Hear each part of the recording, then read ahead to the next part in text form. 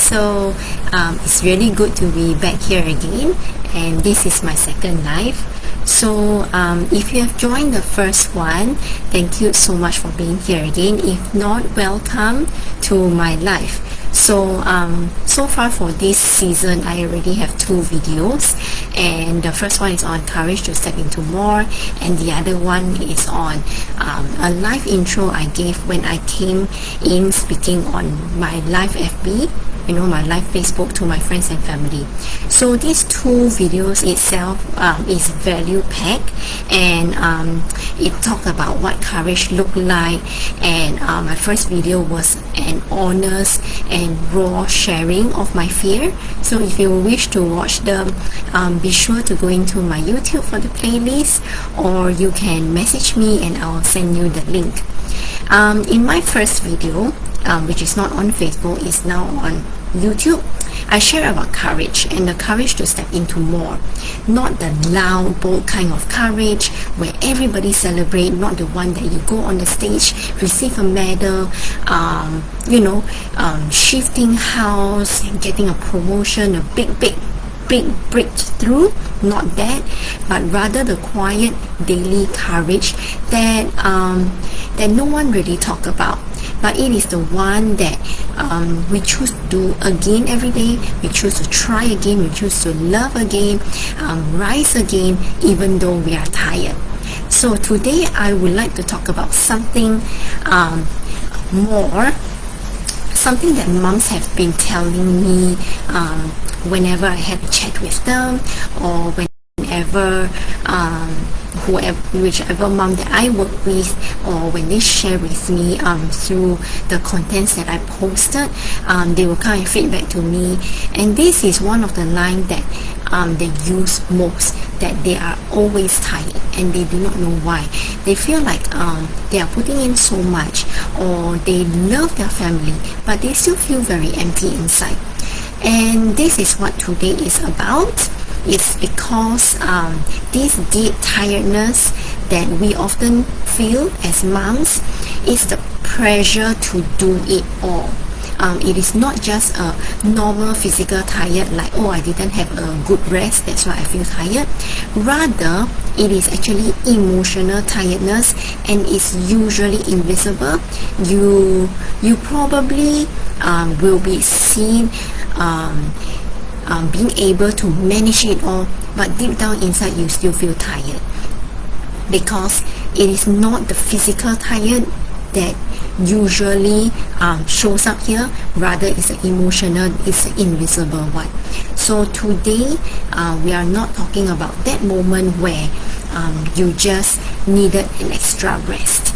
It's more like a tired where it is like your life rhythm. It's like a rhythm in your life already, where you feel this exhaustion and you wonder to yourself if it could be any better, if this can be any different. And these are the things we carry as moms and women that we sometimes never even choose to carry, and they shape how we think, how we react, how we love. And these are the things that we call invisible wounds. So invisible wounds is like a backpack. It's like you are carrying a backpack that no one else can see. Only you yourself can feel it. It's invisible to others. It's sometimes invisible to you too, but it is heavy for you. You can feel it. And inside this backpack, it is filled with your old beliefs, your unhealed moments, your silent expectations, and also other things that you have piled up for years, especially the not so good memories. So we carry this backpack without knowing into our marriage, into our parenthood, into our work, and into our relationships with our children, with our friends, our colleagues, with our husband. So, and we wonder why we are so exhausted even before the day starts.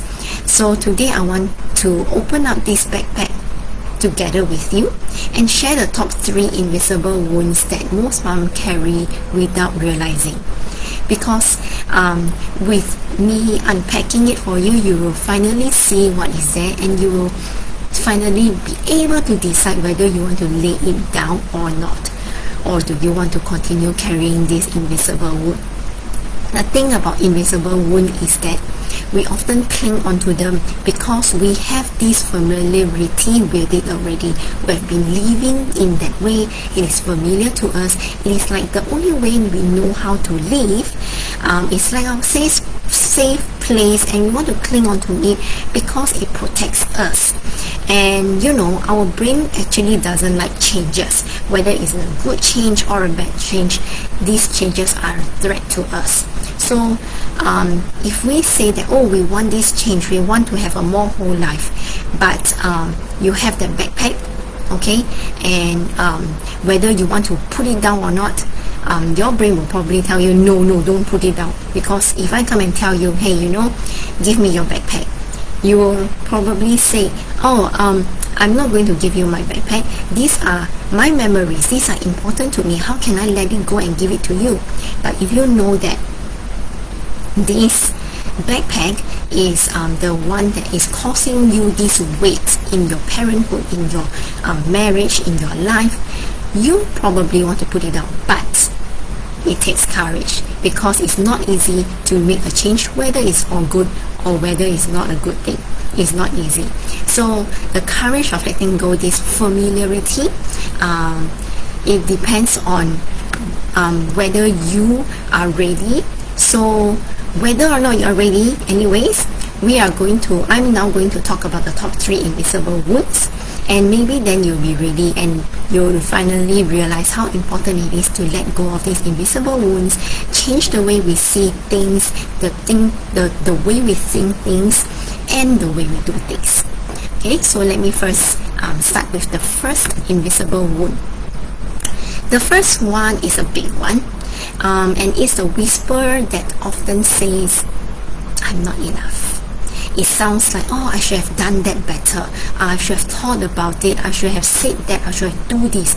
Why is it that other moms are doing it better than me? How come I'm always behind? Why didn't I think of doing this? And because of these thoughts and these experiences after experiences of how you know that you are not doing enough, so you often try to do your child's craft or go through your child's homework so that it looks nice enough, it looks good enough, it looks perfect enough. If your child didn't write the letter correctly, you correct it until they write it correctly, and you overthink what your in-laws say to you, what your parents say to you, what your children's teachers say about your children. You overthink these things. Often you also apologize for things that not even your fault. And there's another one that is also very common, whereby you lie down on the couch, but the instant you lie down, you felt guilty, because you felt like, I don't deserve this rest. It's like there's something that I haven't do. So this might be because as a child, love already felt conditional. Believe it or not, many of us go through that, whether or not you have a very a very good family or not. But parents often, parents are human too, and the way our parents parent us and the way we parent now have a lot of similarity, and unconsciously we will have that conditional love. You praise when your child is performing well, and you will also silence them when they don't. It's like how you yourself were parent in the past. Maybe you were told, you cannot be lazy, or else you will not have a good future. And or you're like, you have this score, but I think you can do better.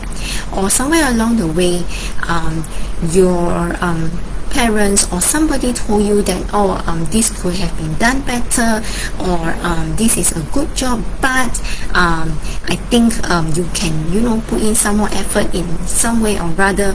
So to you always hear these comments, and then gradually your brain learn that I need to do more so that I can earn more. okay, or I need to do more so that I can earn the love, so that I will deserve the love. So even when now no one is asking you to prove yourself, you are somehow still proving to everyone, even to yourself. And this is still very true to me, even though I'm very aware of how I do things right now. But sometimes when I see the people around me putting in so much more effort, then I'm thinking to myself, am I not doing enough? And then I'll start to panic, and I'll start to probably put in a little bit more, or do a bit more. And so it's still very real, because this is how the world is. We have not really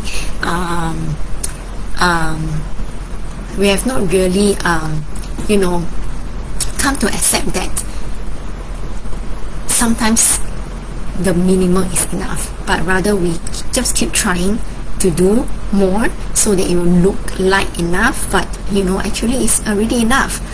So let me share with you a practice that will help.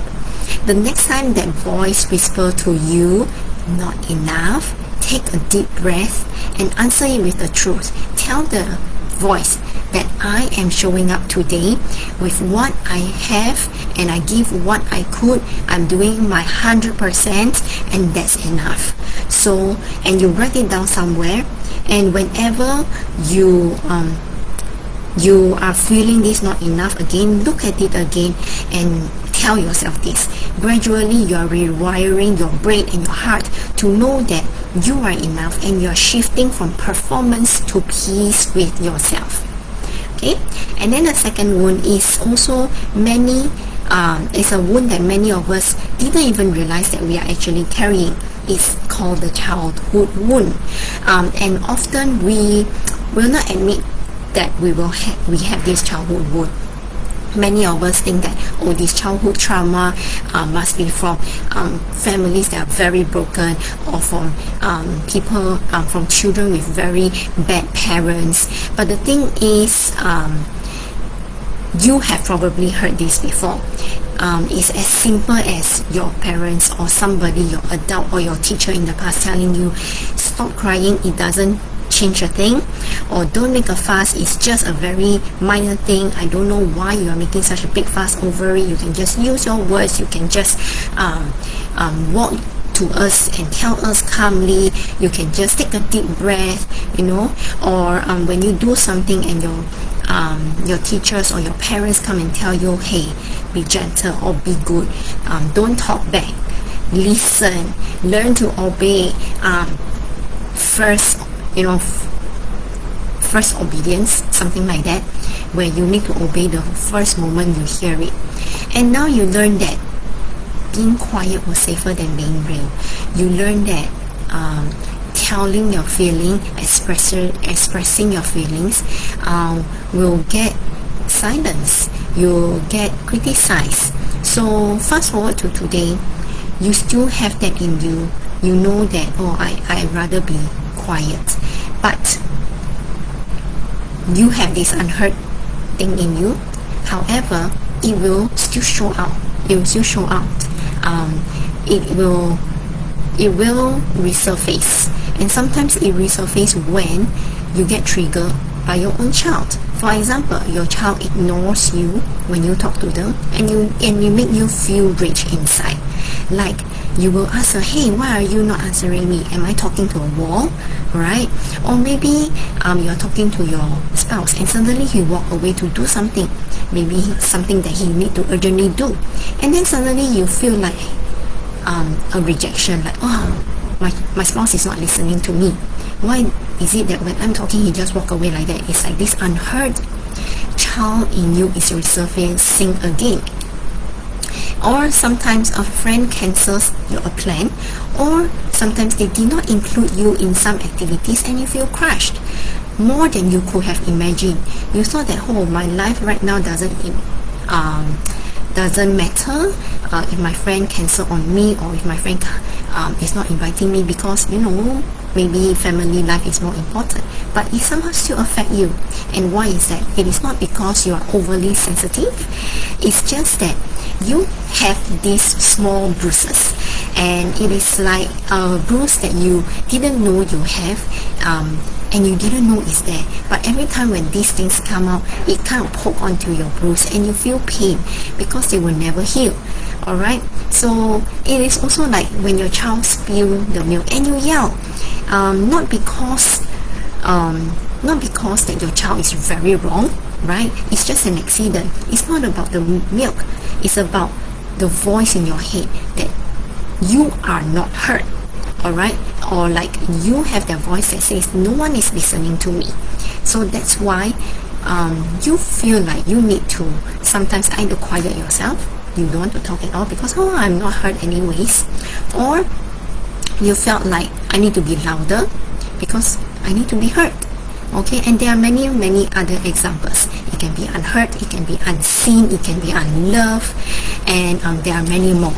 Okay, but every time you feel triggered by your children, your husband, your friends and family, a comment from a stranger who meant well, okay, about how you handle your children or about your children, whether it's good or bad, instead of just taking it lightly or like just taking it like saying thank you, taking it gracefully, you judge yourself. You begin to judge yourself, and you begin to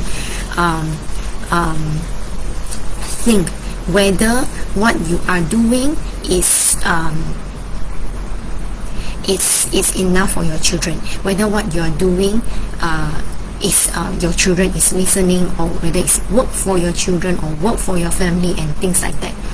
So instead of judging yourself, I hope that you will be able to take this like this. Okay, instead of judging yourself, tell yourself that being triggered by this, whatever that your parents say, your children say, your husband, your friends, your family, a comment from a stranger, being triggered by them, it's not you being crazy, it's not you being overly sensitive, it's just that you have an old wound showing up. So I want you to put your hand on yourself and tell yourself, I see you, and you are safe, you are loved, and you are important. Okay, you do not need to be more, okay, to and be louder so that you are seen and you are heard. Alright, and this is how healing feels like as well. See yourself with the compassion instead of the criticism. Give yourself the grace. Tell yourself that you are enough, okay, and tell yourself that you are loved. The third wound is also many of us carry, and it's not even ours alone. Alright, it's actually the generational wound that it's pattern passed down from the women before us. It can be women that we look up to. It can be women close to us, like our moms or our grandmothers or even our sisters.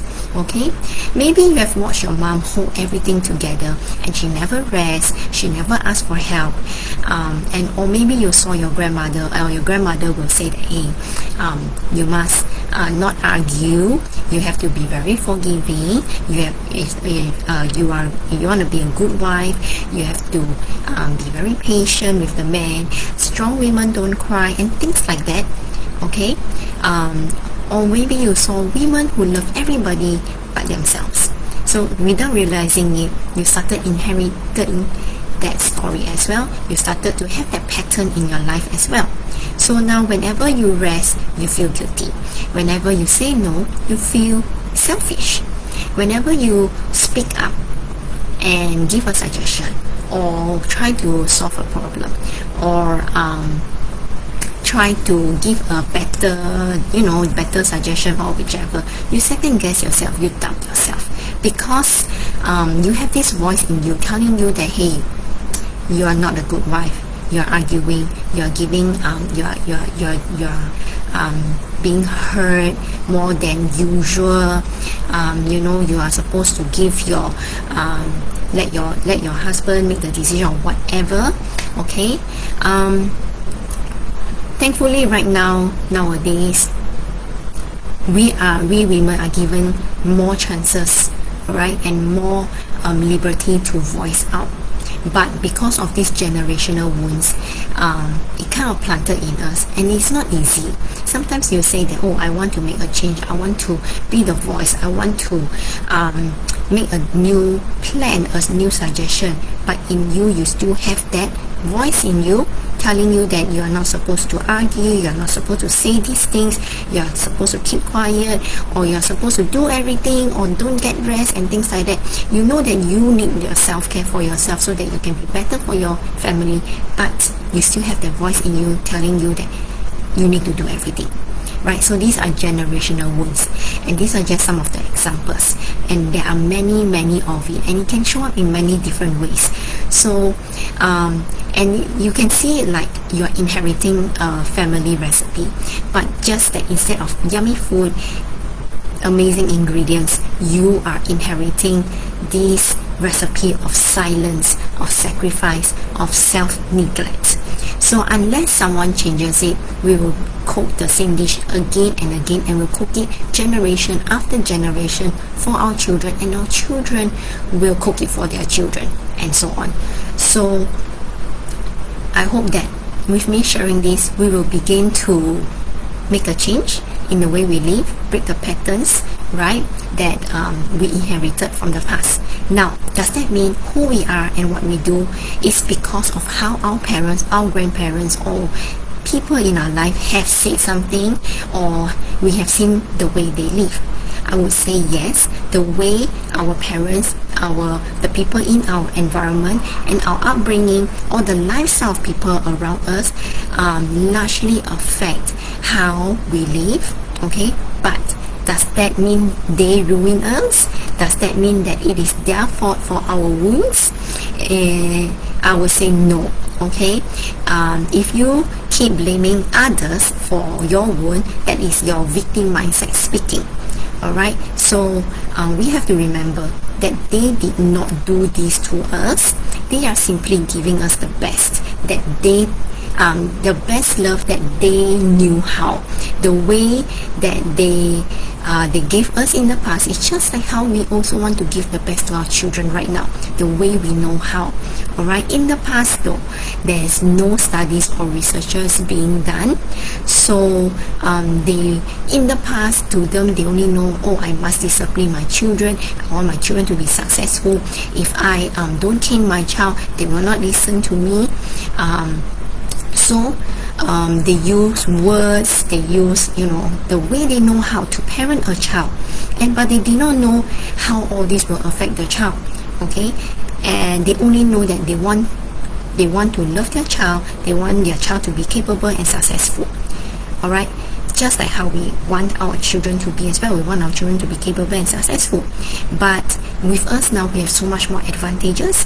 We have researchers, we have books to teach us. But in the past, they just learn from their generations before them. Okay, and they have no books or what to teach them, or to show them the studies of how children or how people are affected by words or by actions and things like that. So to break this generational wound, not only we need to forgive our past, okay, we also need to learn to come to understand and love it, that love them, saying that, oh, our parents, our grandparents, uncles, aunties, our teachers, sisters, people we look up to, whoever, we need to understand their intention. The things they do is not to harm us, it's the love they give, the best they could. And if you don't come to have in peace with that, you don't come to peace with that, you don't come to have forgiveness on that, you will just keep going back and start blaming the past for what you are right now. Okay, you will probably say, I'm just like my mom, or I'm just like, I don't want my children to be like me, and things like that. So unless you learn to forgive your past and come to have peace with it, it will be very hard to break this generational wound. Okay, so another example is that if you feel guilty to take a break, okay, pass down, it is also because it's the overdoing and it's the masculine drive in you. Alright, and there are so many other type of inheritance that we inherit from the past. So start by having peace with the past, forgive it, and then identifying the truth, okay, and not just what is said by others only. Alright, and yeah, so remember, you can always break this rule as well. Take one small step at a time. For example, this week maybe you want to break one small inheritor rule, whereby you want to ask for help, and asking for help doesn't mean you are weak, doesn't mean that you must do everything, and then only is equals to love for your children, okay, but rather ask for help and tell yourself that, oh, I can't do this alone today, and I want to ask for help, and that will mean that it will be more efficient, right? Asking for help doesn't mean that you are weak, but rather you are being more efficient. So it may seem small, but this is how generational healing begins. That is by starting small. Okay, and so these are the 3 invisible wounds: limiting beliefs, childhood pain, generational patterns. These are the top 3 that usually moms and women carry. And if you recognize yourself in any of these, please know that you are not broken, you are simply human. Alright, and we have been carrying all these for so long, and the fact that you're even listening now means you are ready, not for more doing, not to put in more effort, more, learn more, study more, more strategies, more parenting styles, whichever, not more doing, but more for healing. So thank you so much for staying with me through these parts. I'm hoping that doing this is to give you the awareness, and I hope that these mini steps that I have just shared also help you to start shifting where you are. Alright, and if you would like to, I will also have a deeper continuation after this section for you to understand more. I have a different recording where I will walk you through the wounds that shape our homes, our relationships, our daily life, and most importantly, how we can heal through this to more whole, more joy, more fulfillment. But if this is enough already for you, this session, I am really very glad that it is able to help. But if you think that you want more than this, and you want a deeper understanding, learning how to heal from these invisible wounds, you can message me, and I can link you to the paid coaching recording where you can listen to and learn more. But before that, chat with me first, because these are not for everybody, and I really want to chat with you first to understand where you are before I introduce you to the things that I am doing. So before I close, I just want to remind you that wholeness is not a luxury, it's a lifeline. It's not just meant for certain moms, it's for all moms, whether you're a stay-home mom, spending the whole day manning the house and managing the children, driving them around. It's also for working moms who find it hard to stay present with the children after a whole day of work with minimal energy left. It's also for moms in between of seasons, moms who are figuring out the next steps. Remember, whichever season you are in right now, remember that your kids don't need a perfect mom, they just need a whole mom, a mom that is grounded, a mom that's whole, and a mom who is real. And real means wholeness means that even when life throw you curveball, wholeness means even when life throw you curveball, you will still know how to handle them, and because you are whole and you are grounded. Real means doesn't mean that when life throw you a curveball, you are just laughing it out and everything. You have no feeling of frustration and anything. You will still have, because you are human, you are real. Okay, and it's how you will react when things happen again? How will you react when your child fight the sleep? How will you react when your child throw the toys again, or not listening again, or refusing to eat again, or your husband not helping again? Thankfully for me, my husband helped a lot, but I do have my own wounds. Even when he helped a lot, even when he even when he gave me a lot of assurance, I have my own personal wounds as well, and we have walked through tough times together, and we take time to heal and reconnect back to each other. So how will you react to life curveballs, to children, to things that does not happen your way, while still being whole, grounded and real? Okay, so this is a question for you, and if you would like to know more, just message me. Thanks, until next time. Bye bye.